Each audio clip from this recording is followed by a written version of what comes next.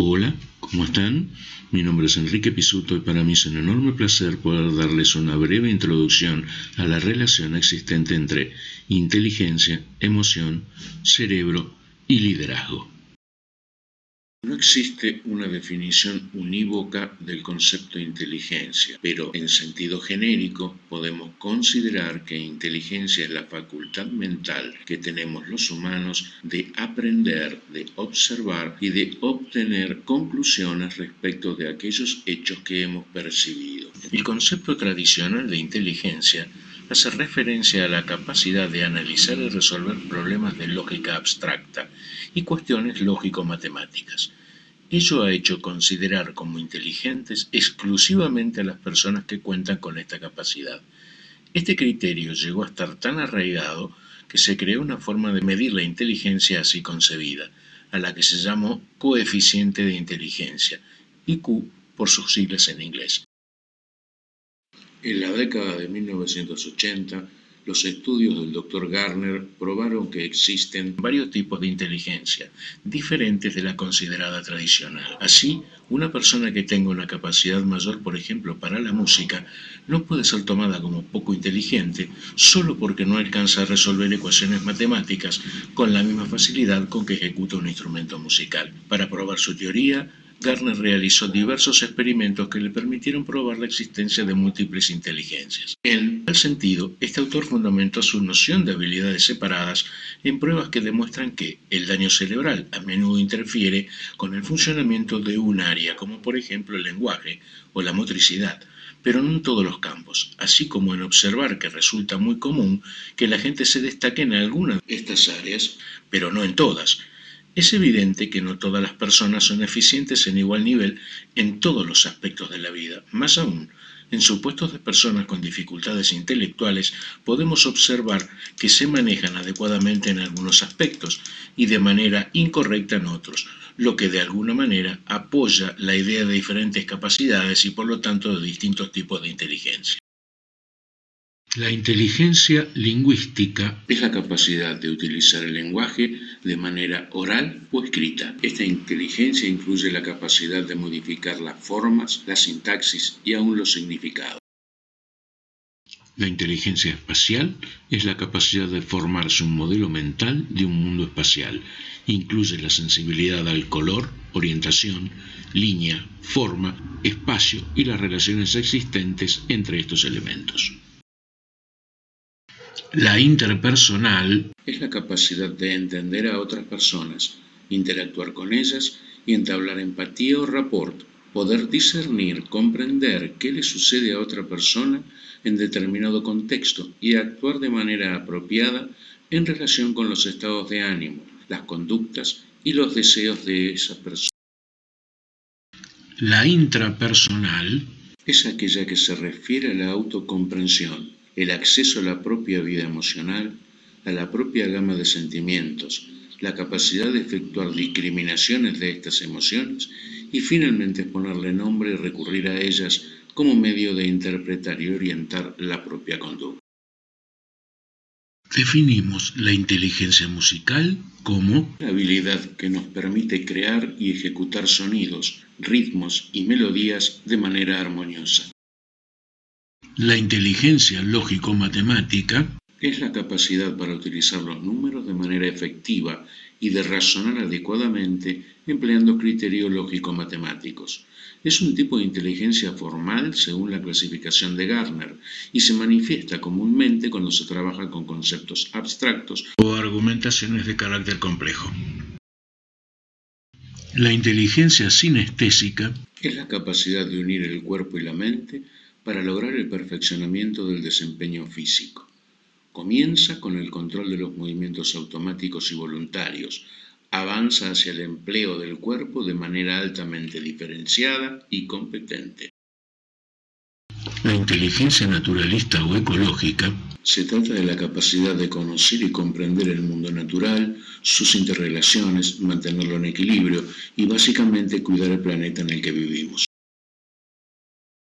Se puede considerar a las emociones como respuestas mentales, organizadas en un determinado sentido en función de sus contenidos psicológicos, vivenciales y cognitivos. Consideramos a la inteligencia emocional como la habilidad para percibir, asimilar, comprender y regular las propias emociones y las de los demás, promoviendo un crecimiento emocional e intelectual. El concepto de inteligencia emocional es relativamente más moderno y ha sido concluida su definición en 1995 por el cientista Daniel Goleman. ¿Cómo se sentiría si su jefe lo trata como muestra la ilustración de pantalla? No hay ninguna duda respecto de que las emociones se contagian, por lo tanto, hay que cuidar que se propaguen solo aquellas que son positivas. Lo principal del contagio de las emociones es aprovechar la transmisión de aquellas que sean positivas, considerando las emociones negativas como si fuesen un ruido ambiente y tratando de no percibirlas. Para poder identificar y transmitir nuestras emociones positivas, es necesario que nos conozcamos a nosotros mismos y es allí donde empieza a jugar nuestra inteligencia intrapersonal. De manera más simple podemos decir que las emociones son cambios de estado de ánimo súbito producidos por o como respuesta frente a los estímulos que estamos percibiendo, tanto sean estos externos a través de nuestros sentidos o internos a través de la evocación. Cuando logramos conectarnos con nuestras emociones y podemos reconocerlas, tenemos la posibilidad de dirigirlas o controlarlas y no ser dominados por ellas. Bloquear las emociones que sentimos resulta perjudicial para nuestra salud y calidad de vida. Se trata de encaminar nuestras emociones en sentido positivo, tanto para nuestro propio beneficio como para ayudar al resto de las personas. En el mundo laboral actual se está valorando muy positivamente la capacidad de manejar nuestras propias emociones, fundamentalmente en las posiciones de liderazgo. La relación entre cerebro y mente es una de las cuestiones de gran calado filosófico que se han planteado a lo largo de la adquisición del conocimiento humano, constituyéndose como uno de los retos de mayor envergadura y trascendencia. ¿Cómo es posible que de un conjunto ordenado de células con determinadas propiedades electrofisiológicas e inmersas en complejos procesos de comunicación química pueda emerger un estado mental? La neurociencia cognitiva, utilizando el método científico, está intentando contribuir a la comprensión de dicha relación. Para ello, este nuevo campo científico se centra en el estudio del funcionamiento cerebral desde una perspectiva dilatada y abierta, abordando diferentes planos de análisis, desde los aspectos moleculares y celulares hasta la comprensión de funciones mentales superiores como el lenguaje o la memoria, entre otras. El cerebro humano está formado por dos mitades o hemisferios. Aunque ambas mitades están conectadas entre sí, existen ciertas diferencias entre las personas que hacen que estos se desarrollen de manera diferente. Así, la imaginación y la creatividad suelen ser características de las personas que desarrollan más su hemisferio derecho, mientras que la lógica o las matemáticas son la especialidad de aquellos que utilizan más su hemisferio izquierdo. Nuevas evidencias científicas demostraron que el cerebro presenta diferencias a nivel de la estructura entre el del hombre y el de la mujer. Estas diferencias radican en que el cerebro masculino y el femenino se forman a partir de distintos programas genéticos, lo que provoca una gran cantidad de variaciones anatómicas. Los especialistas han confirmado además que existen diferencias en los circuitos neuronales y en las sustancias químicas que transmiten los mensajes entre las neuronas. A la neuroplasticidad se la puede conceptualizar como la habilidad del cerebro de modificar o alterar su propia estructura, como consecuencia de la experiencia y del pensamiento, para adaptarse a los cambios que el entorno impone o para funcionar de otro modo. El neuroaprendizaje estudia al cerebro como órgano del aprendizaje, su anatomía, funcionalidad y plasticidad que hace posible los procesos de aprendizaje. Aprendizaje por asociación. El cerebro aprende más fácilmente algo nuevo, desconocido, partiendo de lo que ya aprendió y conectó sinápticamente, algo que ya convirtió en familiar. De esta forma se agregan las nuevas conexiones relacionadas con la nueva información. El aprendizaje por asociación refiere a que los líderes necesitan proveer el contexto informativo que facilite el aprendizaje en el trabajo. Aprendizaje por experiencia. Las informaciones que obtenemos a través de la experiencia sensorial se graban más fuertemente que las que obtenemos en forma puramente intelectual. Como líderes, la consideración de cómo enseñar para que la gente aprenda más fácilmente es fundamental para maximizar el beneficio del esfuerzo en la capacitación.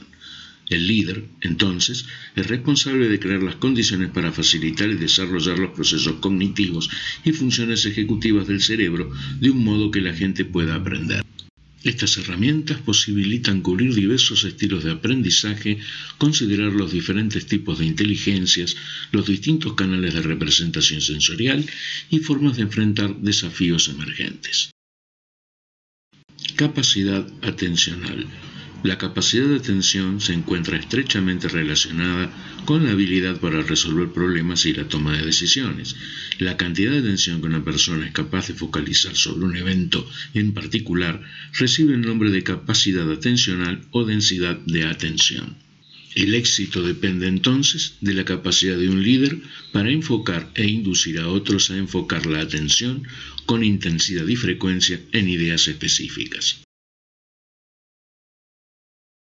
Los avances de la neurociencia nos han llevado a comprender la importancia de las emociones en los procesos decisorios. Las emociones están presentes en casi el 95% de las decisiones que tomamos cotidianamente. Es muy importante comprender la diferencia entre reacciones emocionales y procesos racionales por los cuales justificamos nuestras reacciones emocionales. La elección, la toma de decisiones, siempre tiene que ver con los conocimientos previos que tenemos. Los estudios sobre el sistema de recompensa reconocen la importancia que tiene la dopamina en el aprendizaje. Altos niveles en la dopamina se asocian con el placer, mientras que un descenso de la dopamina se asocia a emociones negativas. El liderazgo es la capacidad por medio de la cual se logra guiar, influenciar o motivar a una persona o grupo para que alcance un objetivo en particular, generando un sentimiento de aceptación y confianza en aquellos que son guiados. Desde lo organizacional, mantener un buen clima laboral implica sostener y mantener la motivación del personal a cargo a efectos de lograr el mejor rendimiento posible. Es evidente que los incrementos en el nivel salarial son un poderoso motivador, pero no siempre son posibles de aplicar y además no son el único elemento que facilita la motivación del personal. Precisamente conocer cómo funciona el cerebro de las personas ayuda a encontrar el factor motivacional de cada individuo. Existen diferentes modelos o tipos de liderazgo en virtud de los conceptos que se utilicen como marco teórico que los sustente. La teoría de las características se basa en las condiciones o características propias del líder. Plantean que no es posible aprender y desarrollar el liderazgo, ya que este es un resultado de condiciones innatas. Un ejemplo de esto es el líder carismático, es aquel que tiene la capacidad de generar entusiasmo en las personas. Es elegido por la forma en que transmite ese entusiasmo. Las teorías del comportamiento plantean que es posible aprender y desarrollar el liderazgo y que un líder efectivo se diferencia de quien no lo es por un tipo particular de conducta. Un ejemplo podría ser el líder democrático, que es quien toma decisiones consultando con los subordinados. De esta manera, las decisiones y acciones son consultadas, fomentando la participación de todos. Las teorías de las contingencias proponen que el desempeño eficaz de un grupo depende del ajuste adecuado entre el estilo de interacción del líder y de la medida en la cual la situación le da el control e influencia al mismo. Un ejemplo sería el liderazgo situacional, donde el líder dirige al grupo o empresa aplicando las medidas que correspondan según las condiciones y madurez de sus colaboradores. Los valores éticos o morales no dependen de los resultados o del logro de un determinado objetivo. Constituyen verdades generalmente aceptadas por todos. Este modelo de liderazgo generalmente obtiene una rápida adhesión por parte de las personas lideradas, las que lo consideran el más justo y equilibrado. El neuroliderazgo representa una perspectiva revolucionaria y novedosa en cuanto al concepto de liderazgo y de los factores claves para su ejercicio eficaz. Esta nueva Dimensión está relacionada con la comprensión de cómo funciona el cerebro, su anatomía y su fisiología. Esta disciplina intenta definir la base neuronal del liderazgo y de la gestión y estudia los procesos cerebrales que explican la conducta, el desempeño, la toma de decisiones, la motivación, la inteligencia emocional, la forma de relacionarse con otros, la inteligencia y el aprendizaje individual y organizacional, entre otros aspectos vinculados al mundo organizacional y del ejercicio del liderazgo. Esto supone una reconceptualización del liderazgo, no con base en las teorías clásicas basadas en el conocimiento acumulado de gestión, sino con base a la comprensión del funcionamiento del cerebro que aporta la neurociencia. El neuroliderazgo se enfoca en los factores intelectuales y emocionales vinculados a la toma de decisiones, la capacidad para resolver problemas, el funcionamiento y la conducción de equipos de trabajo. Por otra parte, el neuroliderazgo pone el énfasis en el desarrollo de las capacidades personales del cerebro, más que en el aprendizaje de modelos externos de liderazgo y gestión que se han acuñado a lo largo de la historia como conocimiento acumulado. La neurociencia introduce una nueva forma de pensar, decidir y hacer en el contexto del liderazgo. Propone un nuevo paradigma en la forma de gestionar y aprender, en lo individual y en lo organizacional, con base en el funcionamiento del cerebro. El desafío entonces es reconocer cómo funciona el cerebro para canalizar el liderazgo, constituir equipos de trabajo efectivos, tomar decisiones en forma efectiva y motivar a la gente. Esta perspectiva del ejercicio del liderazgo no propone fórmulas ni recetas predeterminadas, sino que promueve el desarrollo de soluciones y estrategias propias sobre la base de cómo funciona el cerebro de la persona.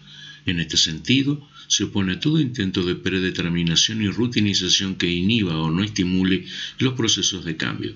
Esto supone desarrollar una nueva cultura para el desarrollo del liderazgo, o un esquema en el que puedan converger los esquemas clásicos con este nuevo modelo.